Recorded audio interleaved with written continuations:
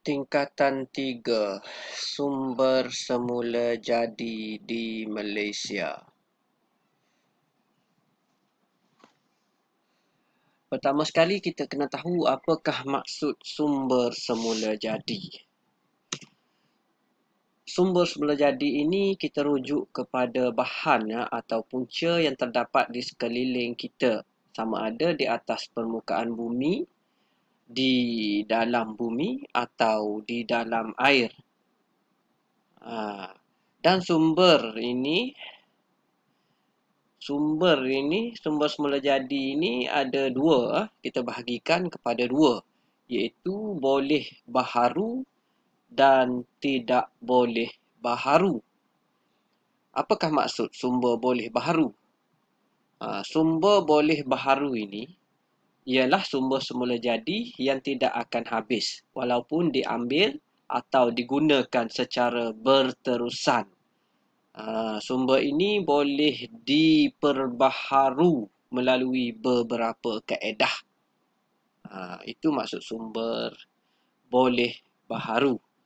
Manakala sumber tidak boleh baharu pula, maksudnya sumber yang apabila kita gunakan ia secara berterusan, ia akan habis. Okey.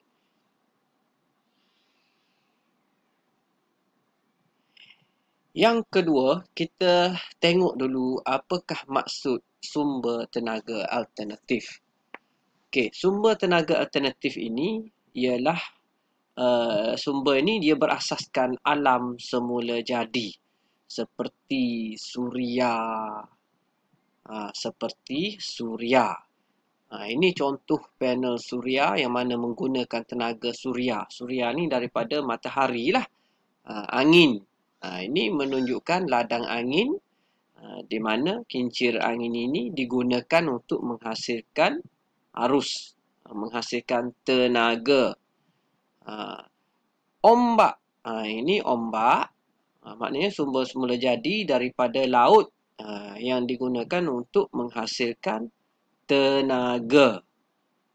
Kolam air panas, sisa tumbuhan ataupun biomas, bahan buangan apa semua ni dia dipanggil biomas. Dan ini ialah geoterma.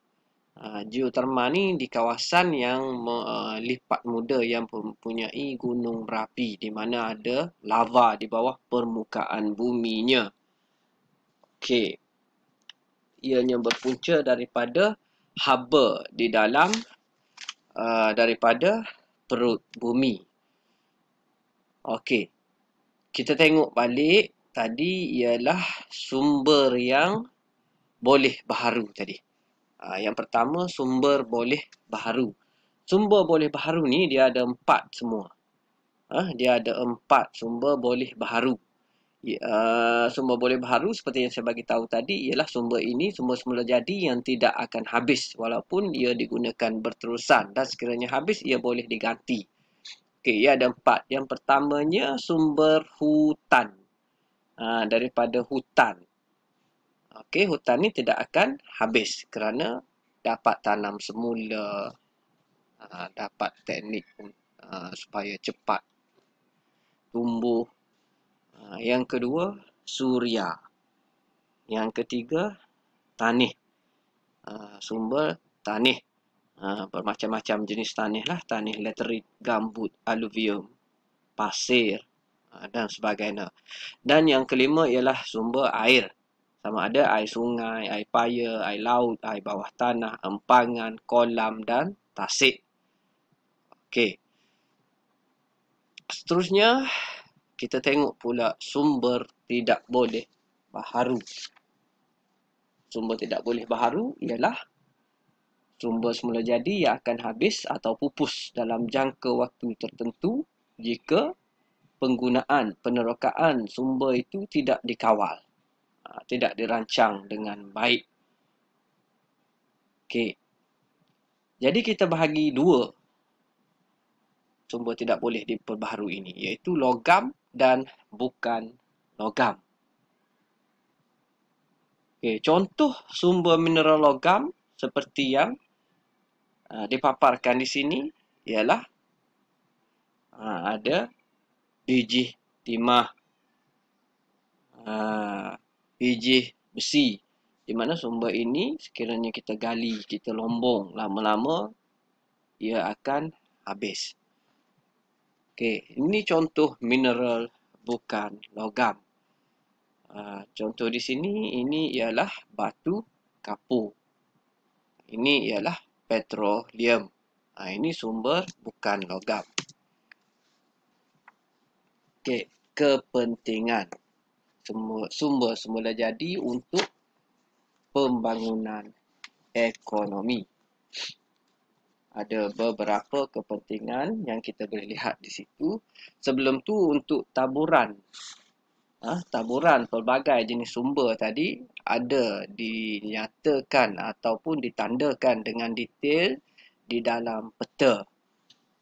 Di dalam peta anda semua boleh rujuk dalam buku geografi tingkatan 3 pada muka surat 108 dan 109. Okey, kepentingan sumber semula jadi. Apa dia kepentingan dia? Kepentingan dia yang pertama ialah sebagai sumber bahan mentah, iaitu menyediakan bahan mentah dan bahan asas kepada industri hiliran. Industri hiliran ini maksudnya industri yang berkembang daripada penggunaan bahan mentah yang telah diproses. Okey, contohnya petroleum. Petroleum ni industri petrokimia. Petrokimia maksudnya bahan kimia yang terhasil daripada sumber petroleum dan gas asli. Contoh yang lain seperti pasir. Industri pembinaan digunakan dalam industri pembinaan. Kayu balak, hasil hutan. Itu ya contoh sumber bahan mentah. Yang kedua, untuk menjana pendapatan negara. Untuk menjana pendapatan negara melalui sektor yang melibatkan bahan mentah lah, petroleum, gas asli, kayu balak. Yang ketiga, pembukaan kawasan baru. Contoh, Kertih Paka di Terengganu untuk petroleum, Bintulu, Miri, Sandakan. Yang keempat, kemajuan infrastruktur. Jadi infrastruktur ni dibangunkan untuk memudahkan pengurusan sumber seperti jalan raya, pelabuhan, lapangan terbang, landasan kereta api. Dan yang kelima, peluang kerja. Membuka peluang pekerjaan dalam pelbagai bidang mengikut sektor lah. Tidak kira lah sektor pertanian, perlombongan, pembuatan, perkhidmatan dan sebagainya. Sekian sahaja untuk tajuk sumber semula jadi.